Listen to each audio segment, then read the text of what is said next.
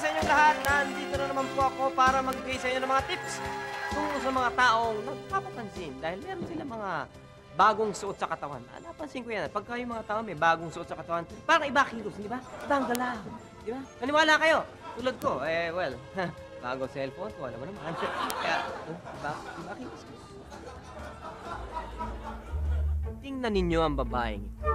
Kung mapapansin ninyo, hindi niya binababa ang kanyang kamay. Bakit? Kasi bago ang relo. Ang attitude nan, parang laging may dumi sa mukha o kaya naman pahaplos-haplos sa baba na parang may kinakapang balbas kahit wala namang kakapain.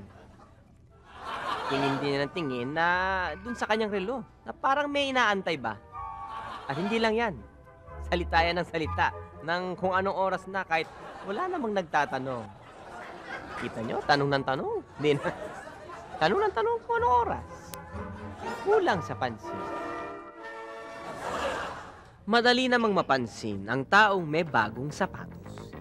Ibang klase kasi ang hakbang nila. Para bang lagi silang nagcha-cha-cha. At kung sakaling mabahira ng konting dumi ang ibabaw ng sapatos, ikukuskus niya yan sa pantalon para kumintab uli.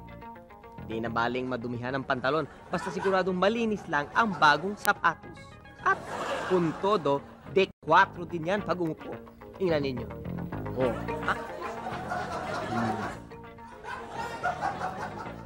Pero paano mo naman malalaman kung ang babae ay kagagaling lamang sa parlor?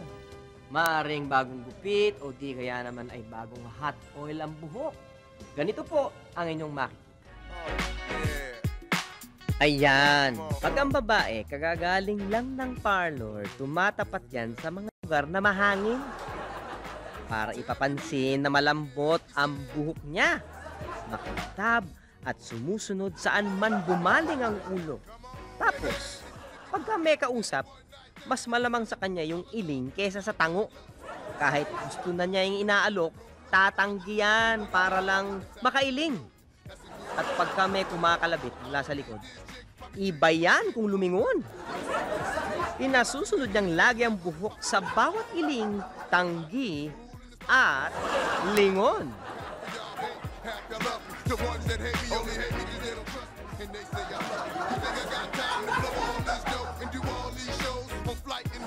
At ayan po, mga kaibigan, ng aking mga tips kung paano nyo malalaman kung ang tao ay may bago sa katawan. Hanggang sa muli, tandaan nyo po, if you love someone, set it free. If it comes back to you, that means he forgot something. Tips ahoy!